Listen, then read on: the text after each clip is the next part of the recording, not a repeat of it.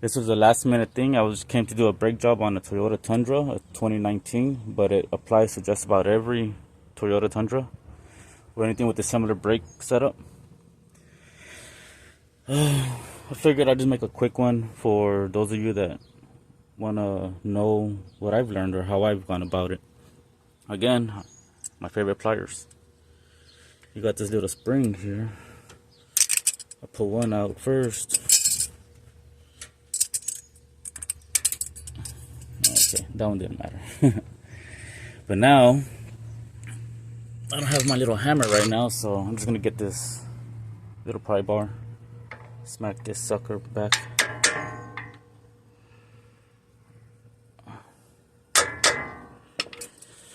Now, I always use these pliers because, you know, with brake parts, everything tends to get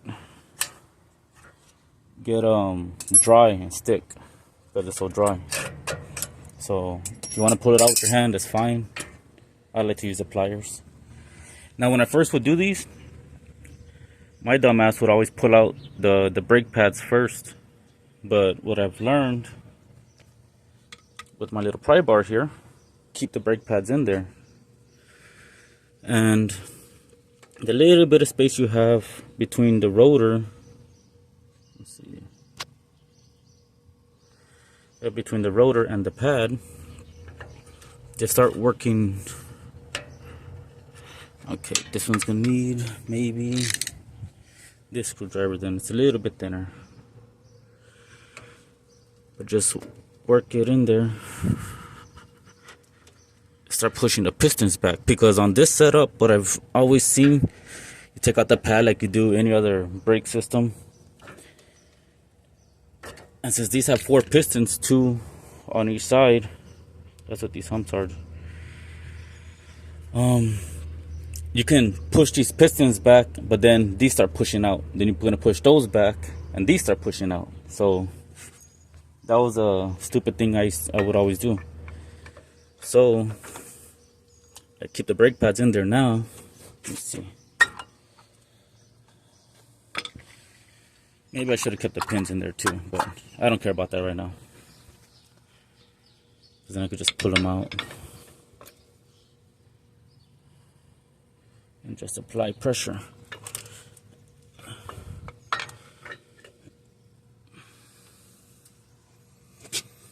See, that one went by a little fast, pretty fast.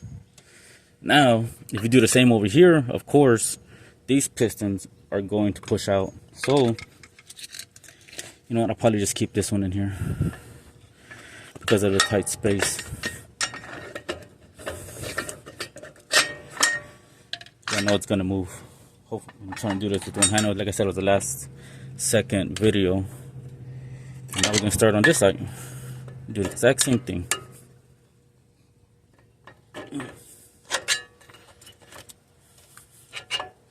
See, look. No, the piston's starting to push out, but I'm not worried about it. Because what I can do, if I had both hands, I'd probably do this a little easier, but okay, let me switch hands. Alright, shove this sucker in there just to hold it in place. This is just, I'm pretty sure it's not the correct way, but it's just the way. I just said I'm gonna give it a try and it worked. Damn, now this pry bar don't want to come out. It's okay. Pry bar out, okay, no biggie.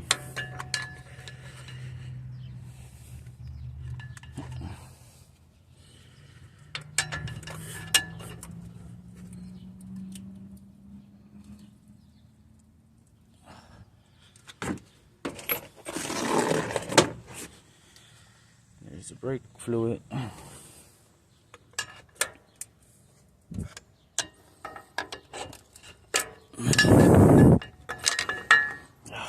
Horrible video, right? But pistons are pushed back. Pull out your old stuff.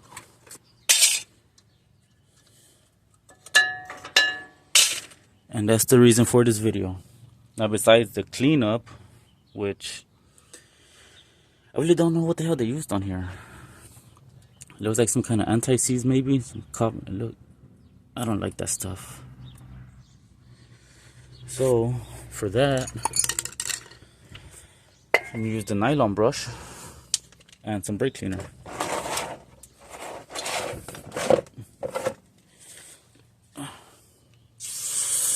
Get in between there.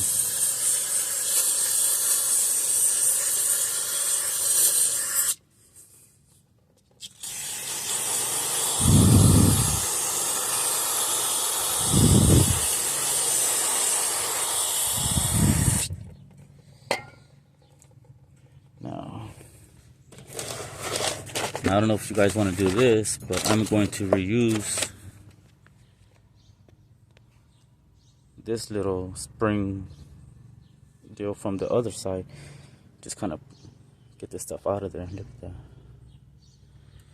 I don't like that stuff in there.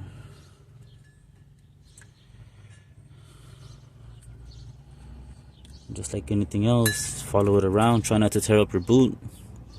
Don't be an idiot and go and just shoving it in there. Be gentle. Better. Same thing for this side.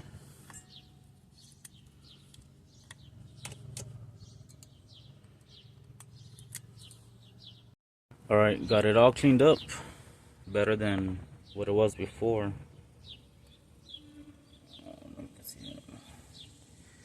Now I also got my steel brush and I hit there's little grooves in here. I don't even know what you call them, but where the brake pad's gonna go into. So one thing that I do also, like I said, everything is dusty and dry. Hit these with the steel brush. Apply some the brake caliper gel or lube,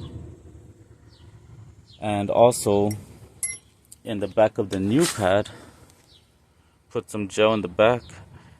And I just started putting just a little bit on top just so it can slide in easier, because it's a very tight fitting there. So I like to just apply gel where you need to so everything stays smooth and doesn't get stuck or anything like that. Alright, and there you have it. I had to actually use both my hands to get this done. So like I said, put some brake gel on the pin, and what I do is I apply it first on the pin, and then when I bring it through, right before it comes into that area, I like to just spin the pin a little bit, get some little bit more gel in there, because it's gonna kind of build up back over here in this area.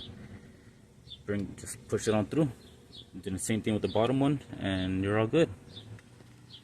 Hope that helps you.